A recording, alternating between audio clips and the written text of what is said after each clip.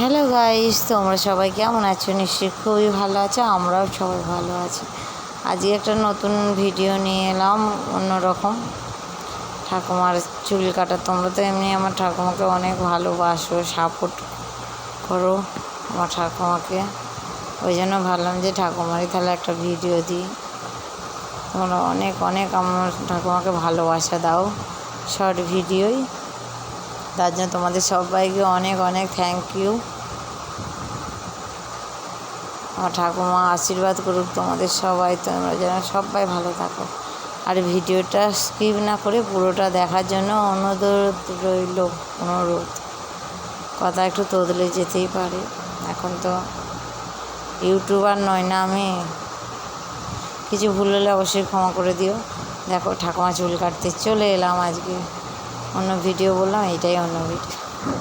ঠাকুমার মাথা চুলগুলো ভীষণ বড় হয়ে গেছে।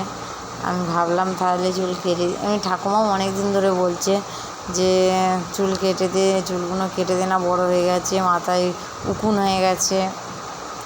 আমি ঠাকুমাকে বলি যে আজ কেটে দেবো, কাল কেটে দেবো, এরকম করবো, তো হয় না।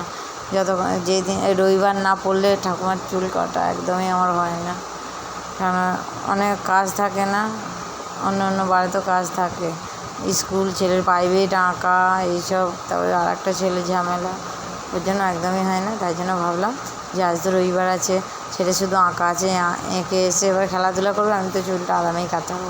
সেই জন্য চুল কাটতে বসে গেলাম।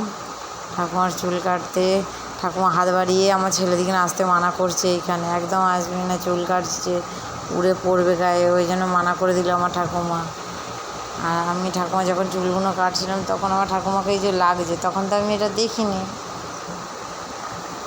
এখন আমি ভিডিওটা এডিট করছি, যখন এডিটিং, তখন আমি বুঝতে পারছি যে ঠাকুমাকে লেগেছে কতটা লেগেছে।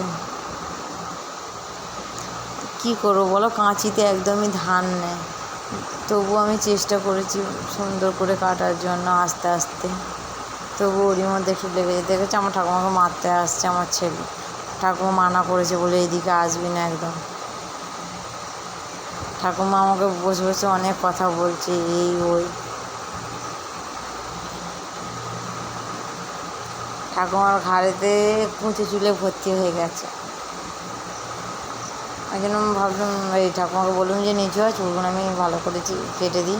ছেঁচে তো দিতে পারবো না, আমি তো আর নাপিত ভাই নয়, যতটা পেরেছি কেটে দিয়েছি।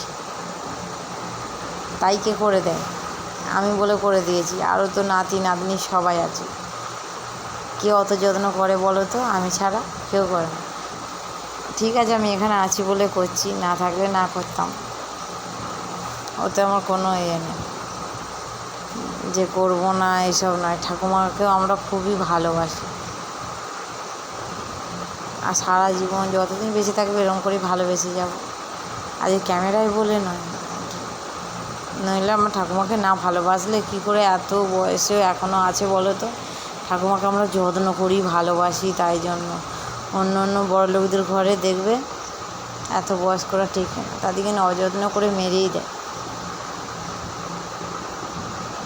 আমাদের গরিব হতে পারি, আমাদের মা বাবাকে খাওয়ানোর মতন ভগবান আমাদেরকে সেই ইয়েটা দিয়েছে, ক্ষমতাটা, কিন্তু বড়লোকদের পয়সা আছে, ওদের মন নেই।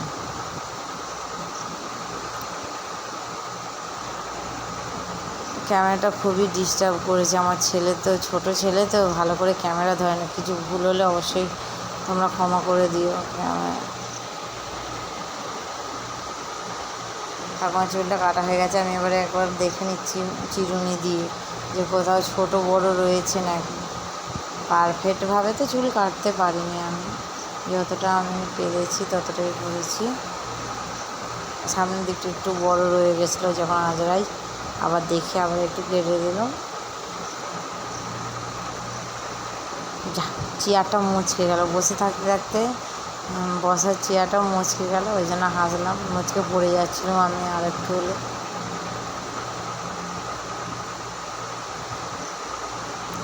ক্যামেরাটা শুধু ছেলেটা একবার এদিক আর একবার ওই দিক